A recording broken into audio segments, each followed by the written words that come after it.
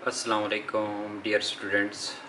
तो आज हमारा लेक्चर है कैस्टेग्लियानोस थ्योरम। तो इस थ्योरम के बारे में आज हम पढ़ेंगे। इस लेक्चर में हम जस्ट डेरिवेशन के बात करेंगे कि हम कैसे डिराइव कर सकते हैं इस थ्योरम को। तो ये जो थ्योरम है it was initially presented by Castigliano in 1879। He was a famous scientist at that times. तो इसके दो पार्ट हैं, एक पार्ट में हम डिफ्लेक्शन की बात करते हैं और दूसरे पार्ट में हम रिडंडेंट जो इसके रिएक्शंस होती हैं उसके बारे में बात करते हैं, हाउ टू कैलकुलेट इट। तो फर्स्ट हमारे पास जो पार्ट है हम यहाँ पे उसको डिस्कस करेंगे। तो इसका जो फर्स्ट पार्ट है वो कहता है कि in any elastic linear elastic structure the partial derivative of a strain energy with respect to the load is equal to the deflection at that point where load is applying। इसके बारे में हम further तब हमें पता चलेगा जब हम इसकी डेरिवेशन करेंगे, लेकिन ब्रीफली मैं यहाँ पे ये बताऊँगा कि जब कभी भी हम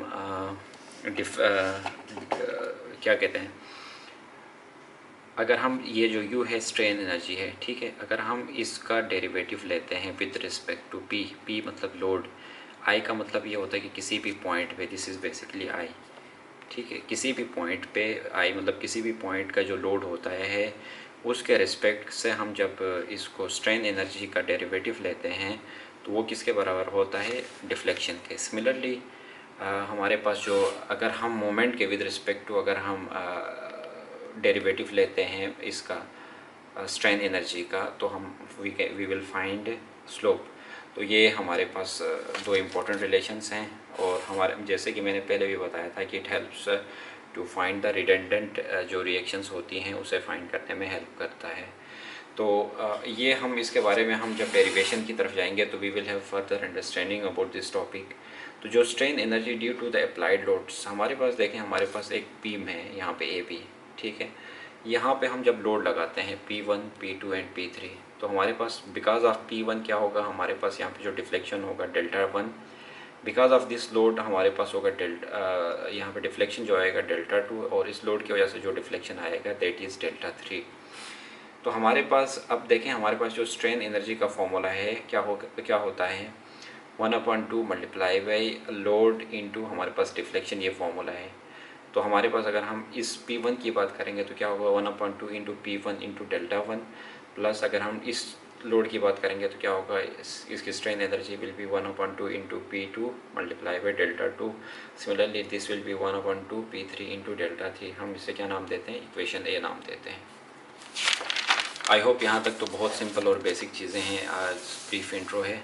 अब हम क्या करते हैं, when extra load delta P1 is applied, ठीक है, अगर हम डेल P1 जो है हम एक्स्ट्रा लोड लगाते हैं इस पे इसी बीम पे तो हमारे पास इस डेल P1 की वजह से हमारे पास जो डिफ्लेक्शन आएगी, इनिशियली देखें तो हमारे पास जो बीम की जो पेंडिंग थी it was something like this, ये डॉटेड जो फर्स्ट लाइन है इट शोज़ हमारे पास जो इनिशियल डिफ्लेक्शन है, ठीक है, ये जो किया है डेल 1 यहाँ पे है और P2 की वजह से यहाँ पे जो डिफ्लेक्शन आ रही थी वो डेल 2 है और यहाँ पे कितनी है, डेल 3। अब यहाँ पे जो एक्स्ट्रा हमने जब डेल P1 लगाया तो इसकी वजह से एक्स्ट्रा हमारे पास यहाँ पे डिफ्लेक्शन आया। तो जो एक्स्ट्रा डिफ्लेक्शन आया डेल 1 के अक्रॉस वो क्या होगा, डेल डेल्टा 1, यहाँ पे इसके अक्रॉस क्या होगा, डेल डेल्टा 2 और इसके across del delta 3। So this is our new deflection. तो total strain energy due to additional loading, अब इसकी वजह से जो एडिशनल लोडिंग की वजह से जो हमारे पास टोटल स्ट्रेन एनर्जी कितनी बनेगी, यहाँ पे हमारे पास आएगा del U is equals to 1/2 del P1 into del, हमारे पास चूँकि यहाँ पे लोड लग रहा है डेल P1, ठीक है, डेल P1 लग रहा है तो इंटू हमारे पास क्या होगा, इंटू डेल डेल्टा 1, ठीक है, ये डेल डेल्टा 1। जिस तरह मैंने पहले भी बताया था कि स्ट्रेन एनर्जी का फॉर्मूला है P into 1/2 multiply by load into displacement. Del P1 is our load और हमारे पास del delta 1 is our deflection, ठीक है, 1/2 ये कांस्टेंट है। इसी तरह हमारे पास यहाँ पे है, देखें यहाँ पे एक बात है कि यहाँ पे हमारे पास चूँकि यहाँ पे कोई एक्स्ट्रा लोड यहाँ पे इस पॉइंट पे नहीं है, हमने कहा था डेल P1, तो बट यहाँ पे हम क्या लेंगे, वर्चुअल लोड लेंगे, ठीक है, यहाँ पे लिखा हुआ भी है note for virtual work we don't take 1/2। यहाँ पे 1/2 क्यों नहीं लेंगे, इसलिए नहीं लेंगे क्योंकि यहाँ पे हमारे पास कोई एक्स्ट्रा लोड नहीं लगा है, जिस तरह यहाँ पे डेल P1 था। तो हम we will just consider P1 into हमारे पास जो P1 हमारे पास लोड यहाँ पे पहले से लग रहा था वो, प्लस हमारे पास because of this new loading की वजह से यहाँ पे भी तो डिफ्लेक्शन में चेंज आ जाएगा, यहाँ पे भी आ जाएगा। तो हमारे पास जो न्यू डिफ्लेक्शन है उसको कंसिडर करेंगे और जो लोड्स होंगे वो हमारे पास एग्जिस्टिंग होंगे।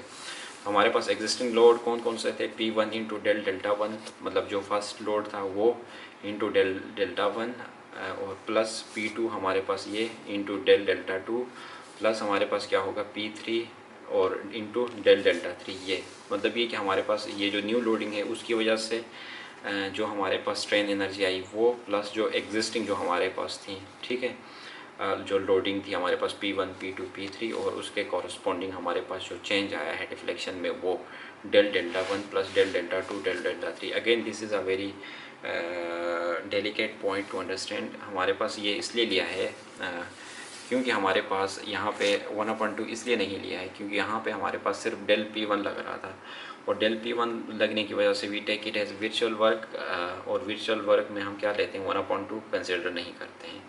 तो टोटल एनर्जी हमारे पास क्या होगा, हम देखें हमारे पास ये DU था, ठीक है, अब DU था तो अब हमारे पास क्या होगा, टोटल स्ट्रेन एनर्जी हमारे पास क्या होगा, total strain energy is equals to U plus del U, जो ओरिजिनल लोडिंग की वजह से प्लस जो एडिशनल लोडिंग की वजह से इन दोनों को सम अप करेंगे। U plus del U is equal to 1/2 P1 del one, मतलब ये U की वैल्यूज़ पूरी यहाँ पे लिख ली हैं, प्लस हमारे पास डेल यू की जो हमारे पास यहाँ पे आई थी ये वैल्यूज़ हमने दोनों लिखी हैं, ठीक है। अब इन दोनों को लिखेंगे and then we sum up, इन सब को हम जब सम करेंगे तो हम क्या करेंगे, let assume that P1 plus del P1 plus P2 and P3 are applied simultaneously. अब हम क्या एज्यूम कर रहे हैं, अच्छा इसको हमने इक्वेशन नंबर C नाम दिया है, और ये हमारे पास है equation number B, as I have mentioned of the previous one. हमारे पास क्या होगी, इक्वेशन नंबर 1 होगी, U वाली 1, डेल U वाली 2, और हमारे पास U plus del U is equal to C equation.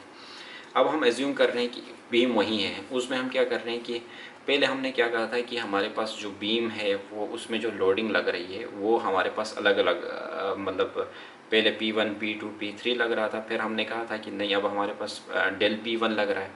But अब हम क्या कर रहे हैं कि अब हमारे पास क्या होगा, यहाँ पे P1 प्लस डेल P1 और P2 और P3 साइमल्टेनियसली का मतलब एक साथ लग रहे हैं। तो अब इसके अक्रॉस हमारे पास जो डिफ्लेक्शन आएगा क्या होगा, del 3 plus del delta 3, P2 के अक्रॉस जो आएगा डेल 2 प्लस डेल डेल्टा 2, और ये इसके अक्रॉस जो आएगा वो क्या होगा, del 1 plus del delta 1। So this ये हमारे पास इसमें नया चेंज है, ठीक है, नया इसका डिफ्लेक्शन होगा because of this new loading.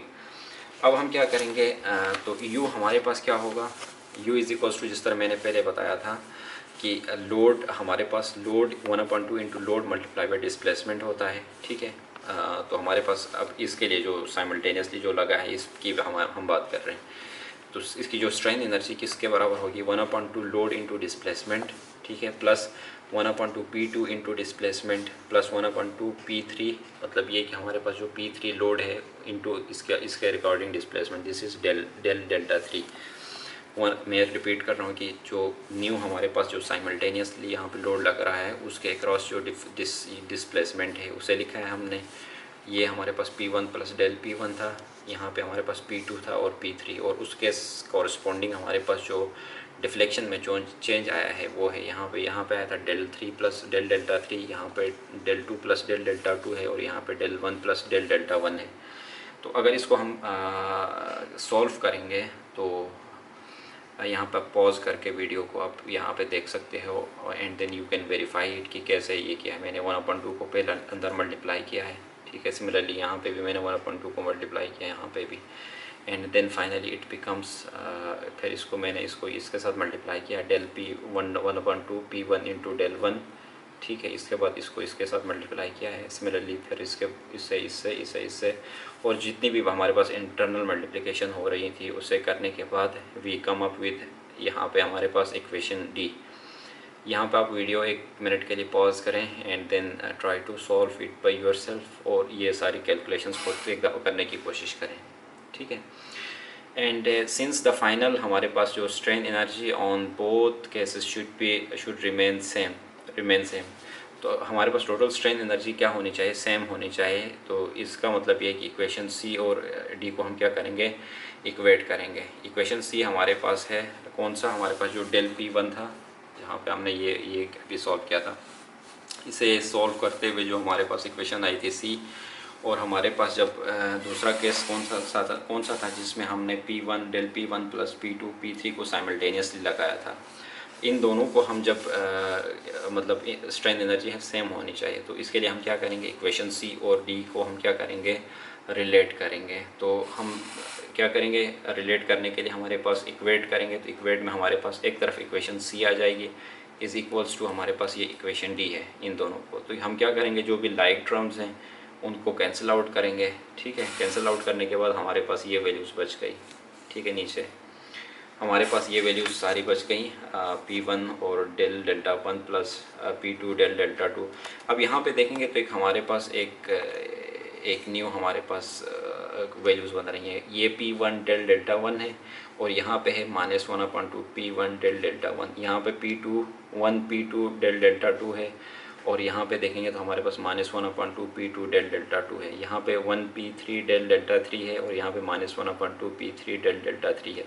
तो ये इन टर्म्स को हम सब्ट्रैक्ट कर सकते हैं। So when we subtract these values, तो हमारे पास it comes up with this equation 1/2 into P1 del delta 1 plus 1/2 P2 del delta 2, ठीक है। अब इसको हम देते हैं नाम इक्वेशन ई। तो फ्रॉम इक्वेशन बी से अब हम क्या करेंगे, जो इक्वेशन बी में हमने जो वैल्यूज़ फाइंड की थी उसे यहाँ पे पुट करेंगे। फ्रॉम इक्वेशन बी ये हमारे पास ये इक्वेशन बी ये है, तो हमारे पास इक्वेशन बी इज़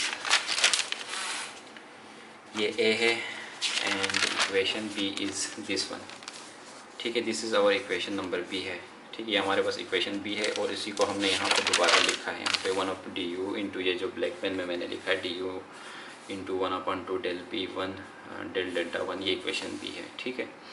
अब इसको क्या करेंगे,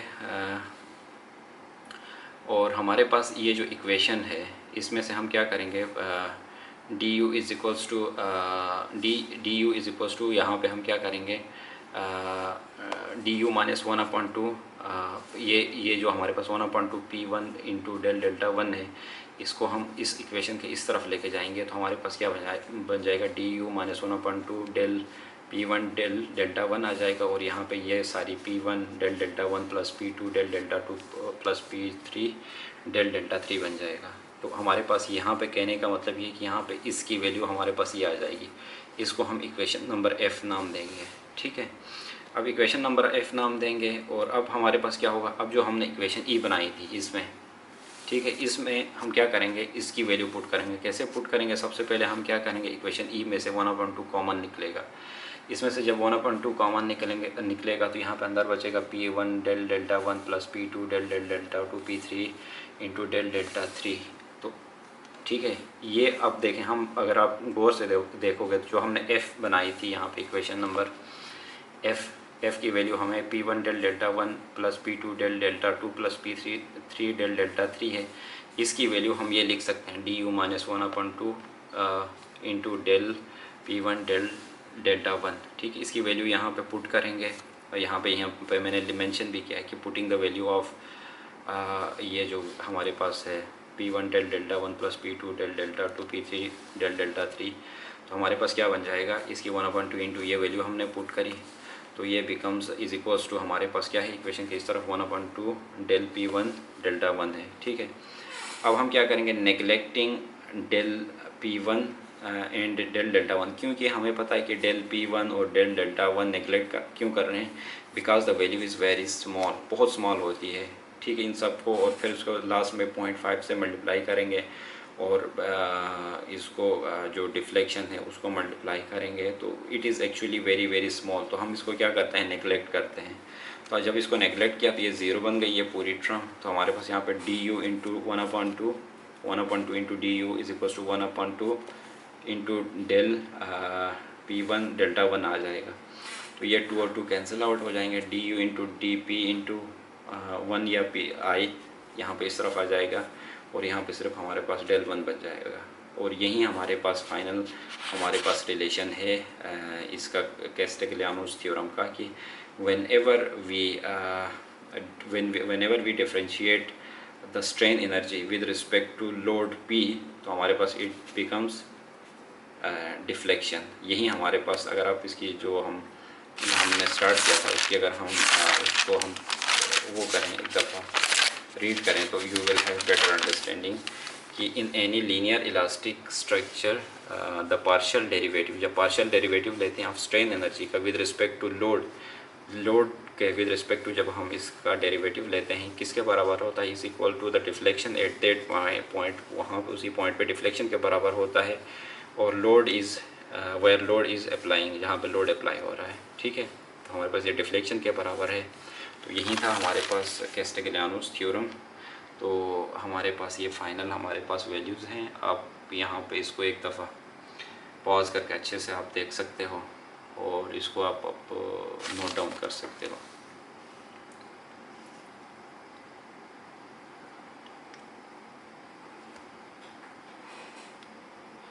सो इससे रेलिवेंट अगर कोई क्वेश्चन है तो you may ask in the comments or in the class. So हम नेक्स्ट इंशाल्लाह we will come up with a problem on Castigliano's theorem. So till then take care, अल्लाह हाफिज़।